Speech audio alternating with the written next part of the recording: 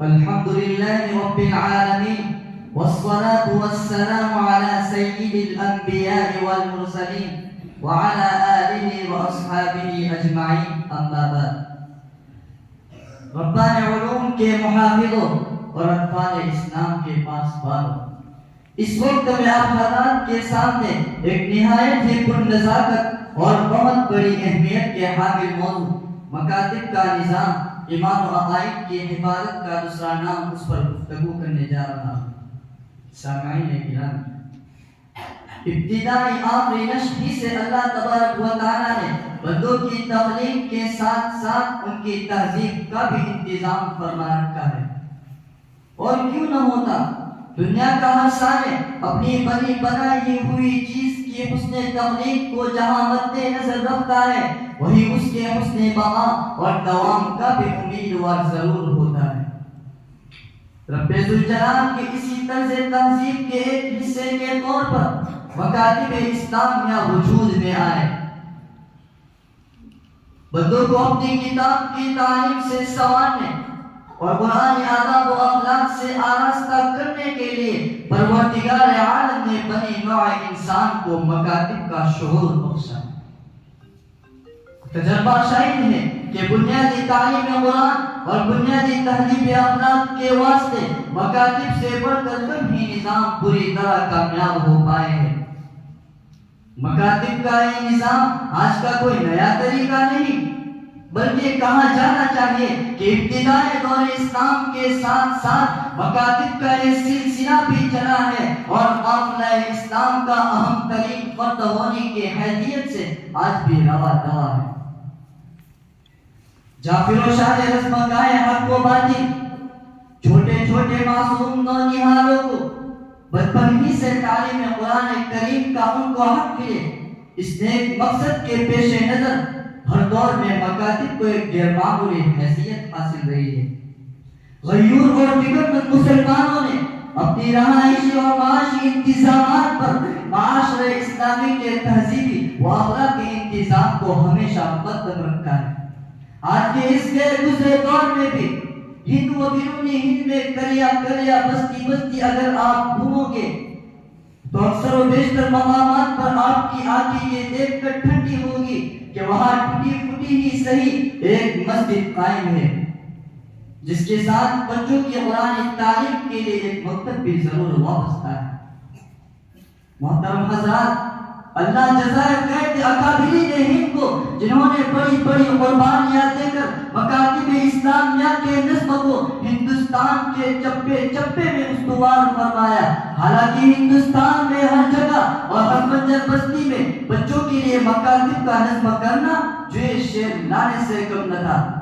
مگر ہمارے اکابرین ہند کا جگر بھرتا تھا جو اپنی جگہ ہمالیہ پہاڑ بنے ہوئے تھے، دبائے دبتے تھے، نہ ٹلائے ٹرتے تھے، انہیں ایک دھن سوار تھی۔ آئندہ نسلوں کی ایمان کا فکر انہیں دامنگیر تھا۔ حالت یہ تھی کہ جن پر مکاتب کے انتظامات پہ گزر جاتا تھا تو راتوں کی نیند مکاتب کے استواری کے انتظام کے طور پر کبھی مدد مانگنے کی نظر ہو جاتی ہے،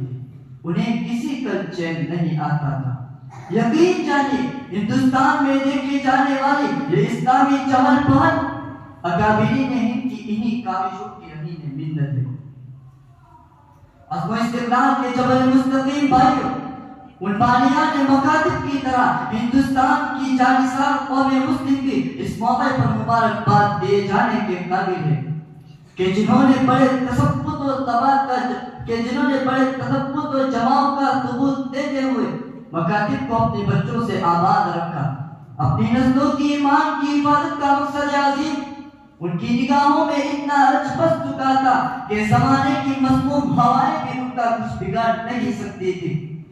لیکن افسوس صد افسوس،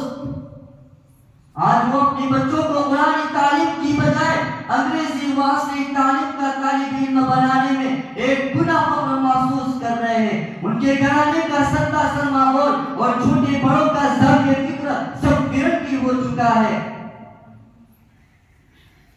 اور آج انگریزی تعلیم کا سیلاب ان کے گھروں میں ایسا تسلط جما دیا ہے کہ در و دیوار اسی گھر میں رہنے والی اسلاف کی ساتھیاں دیکھنے کو اب ترسنے لگی ہے۔ بڑے افسوس کے ساتھ اس بات کا اظہار کرنا پڑتا ہے کہ کئی دہائیوں سے جو چیز ہم اہل ہند کا کر رہے امتیاز نہیں اور عالم و جہاں کے دیگر مسلمانوں کے لیے مشعل راہ اور مینار نور بنی رہی، وہ دین حمیت، علوم اسلامیہ سے وابستگی اور بچوں کی دینی تربیت کی عظمت و اہمیت اب سر پڑتی جا رہی ہے۔ کل تک اپنے معصوم بچوں کو مکاتب کے واسطے معتد بھی وقت فارغ کر کے بیٹھنے والے گھرانے اب انگریزیت کی صبح کاذب سے دھوکہ کھانے لگے ہیں۔ مکاتب کے اوقات میں کٹوتی کر کے انگلش میڈیموں اور عصری تعلیم گاہوں کو وقت فراہم کرنے والے مسلمانوں کی تعداد اب تشویشناک حد تک بڑھ رہی ہے اور اب مسلم معاشرہ اس شعر کا مصداق ہوا جا رہا ہے۔ طفل میں بو آئے کیا ماں باپ کے اتوار کی، طفل میں بو آئے کیا ماں باپ کے انوار کی، دودھ تو ڈبے کا ہے تعلیم ہے سرکار کی۔ محترم حضرات، ایسے نازک وقت میں ضرورت ہے کہ علماء حق کا دنیاوی سیلاب میں بہی جا رہی ہے۔ ملت ہندیہ کو تھامنے کے لیے ایڑی چوٹی کا زور لگا دے، اپنی تمام تر علمی سامانیوں کے ساتھ میدان میں کود پڑے اور ملت ہندیہ کو تھام کر پھر سے ایک نیا اسلامی معاشرہ تشکیل دے، جہاں علم دین کا ہلولا اور معارف شرعیہ کا زمزمہ ہو اور انگریزی تعلیم کی مرغوبیت کی بجائے